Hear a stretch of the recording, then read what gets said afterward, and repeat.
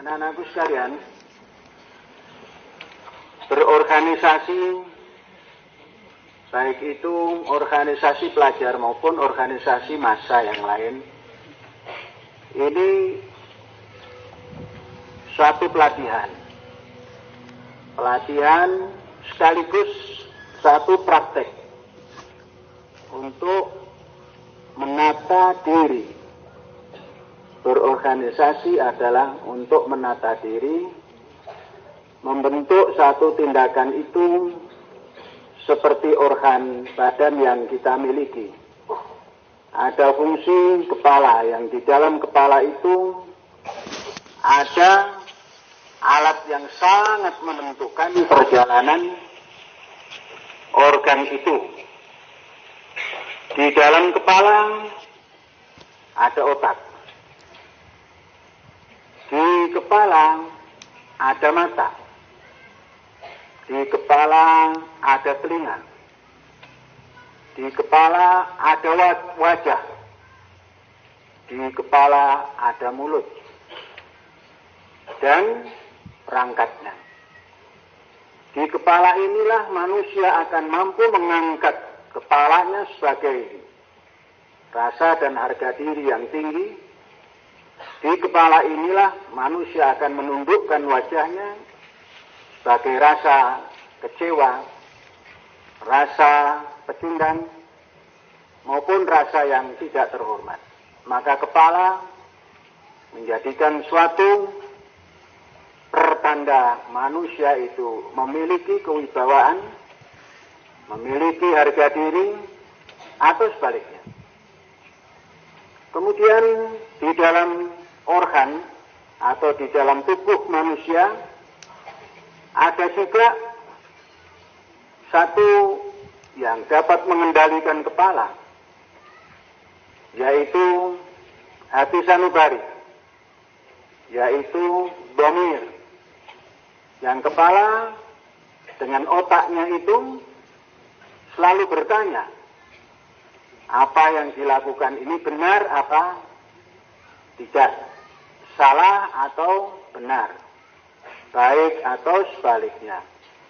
Biasanya otak yang selalu bergerak cepat ini bertanya kepada dhamir, pada batin seseorang. Nah, ini adanya tidak nampak, sama halnya dengan adanya otak. Manusia itu pada hakikatnya seperti batu, tidak bisa dibaca, kecuali kalau digerakkan oleh magma, meletup ke permukaan atau ke atas angkasa, kemudian jatuh, menimpa dan berguling dan bergerak dan berbunyi. Manusia juga begitu, karena seperti batu, tidak terdengar, apapun tidak terdengar, kecuali dia bersuara. Manusia seperti benda mati lainnya, seperti benda padat lainnya, tidak bisa diduga kecuali dia berisyarat. Nah, isyarat itu semua, gerakan itu semua digerakkan oleh otak, diperintah oleh otak.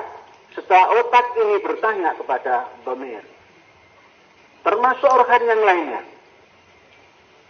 Mulut mengatakan saya ingin makan. Karena apa? Karena otak merasa lapar. Yang merasa lapar bukan perut, otak. Otak inilah yang merasa lapar sehingga perut diperintahkan untuk menginstruksikan mulut mencari makanan dan mengunyah makanan, tangan bergerak mengambil, kaki melangkah untuk mendapatkan sesuatu, dan seterusnya. Itu diorganisir sedemikian rupa oleh otak dan hati tadi, terjadilah perjalanan yang pantas, terjadilah perjalanan yang sesuai, terjadilah perjalanan yang pantas dipandang oleh banyak orang, atau dirinya, dan lain-lainnya. Nah, inilah organisasi. Jadi organisasi semacam ini memiliki makna yang luar biasa. Bisa merasakan diri kita ini sakit karena otak kita sehat. Kita merasa lapar karena otak kita sehat. Kita merasa mengantuk karena otak kita sehat, dan seterusnya. Maka berorganisasi, pimpinan itu sebagai kepalanya, sebagai otaknya, sebagai sesuatu yang bisa memberikan perintah, dan sebagai sesuatu yang bisa merasakan ini baik, ini buruk, ini panas, ini dingin, ini pahit, ini asin, dan sebagainya. Dari situ, pimpinannya sebagai otaknya ini memerintahkan dan menggerakkan seluruh organ yang lain. Sehingga terorganisir seperti organ yang hidup, kemudian berjalan seperti perjalanan organ yang hidup, kemudian bergerak seperti geraknya organ yang hidup, dan berbuat seperti perbuatan organ yang hidup. Semuanya tadi mesti memiliki landasan yang baik. Itulah namanya program organisasi. Program organisasi adalah landasan yang baik untuk bergerak anggota organisasi itu. Kemudian memiliki tujuan. Program dibuat untuk mencapai tujuan. Tujuan itulah sampainya seseorang dan organisasi itu masuk dalam peradaban kehidupan.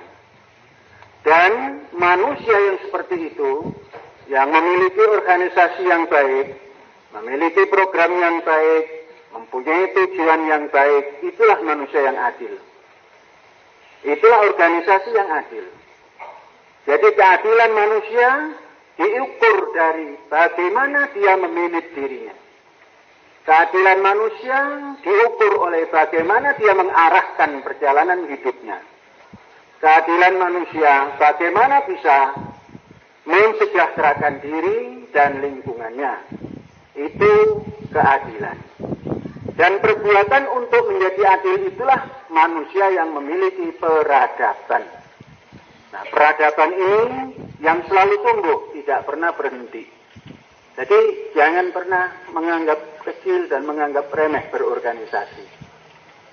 Anak-anak sekalian, berorganisasi ternyata seperti itu. Oleh sebab itu, manusia berorganisasi harus memandang ke depan.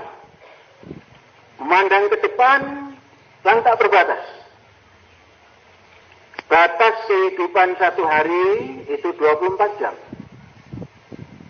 Batas kehidupan sepekan 7 hari. Batas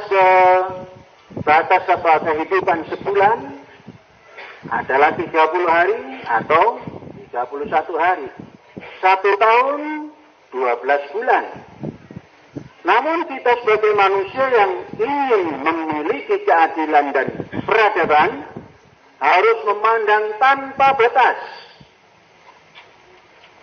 Kita mencanangkan seluruh cita-cita itu, paling tidak ukurannya adalah milenium.